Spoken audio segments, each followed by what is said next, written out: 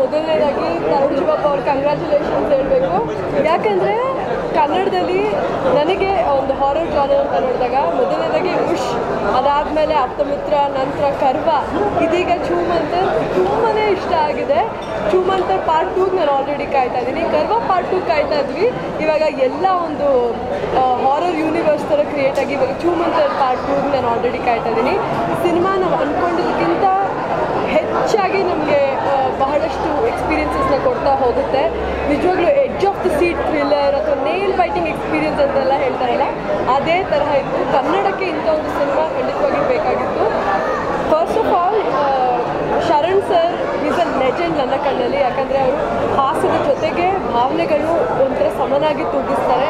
ಚಿಕ್ಕಣ್ಣ ಸರು ಅಷ್ಟೇ. ಆ್ಯಂಡ್ ಪ್ರತಿಯೊಬ್ಬರು ಮೇಘನಾ ಆಗಿರಲಿ ಅಥವಾ ಅದಿತಿ ಅವರಾಗಿರಲಿ, ಪ್ರಭು ಆಗಿರಲಿ, ನನ್ನ ಪ್ರಕಾರ ಪ್ರಭು ಒಂಥರ is the underdog of Kannada industry. ತುಂಬಾ ಪೊಟೆನ್ಷಿಯಲ್ ಇದೆ. ನಾವು ವಾಂಟ್ ಟು ಸಿ ಹಿಮ್ ಹೆಚ್ಚು ಪ್ರಶಂಸೆ ಬರಬೇಕು. ಈ ಚಿತ್ರ ನನಗೆ ದೊಡ್ಡ ಮಟ್ಟದಲ್ಲಿ ಸಕ್ಸಸ್ ಸಿಗಬೇಕು ಅಂತ ನಾನು ಆಶಿಸ್ತೀನಿ. ದಯವಿಟ್ಟು ಕನ್ನಡ ಆಡಿಯನ್ಸ್ ಎಲ್ಲರೂ ಬಂದು ನಮ್ಮ ಕನ್ನಡ ಸಿನಿಮಾವನ್ನು ಚಿತ್ರಮಂದಿರಗಳಲ್ಲಿ ಟಿಕೆಟ್ ತೊಗೊಂಡು ನೋಡಿ ಅಂತ ಕೇಳ್ಕೊತೀನಿ. Thank you so much.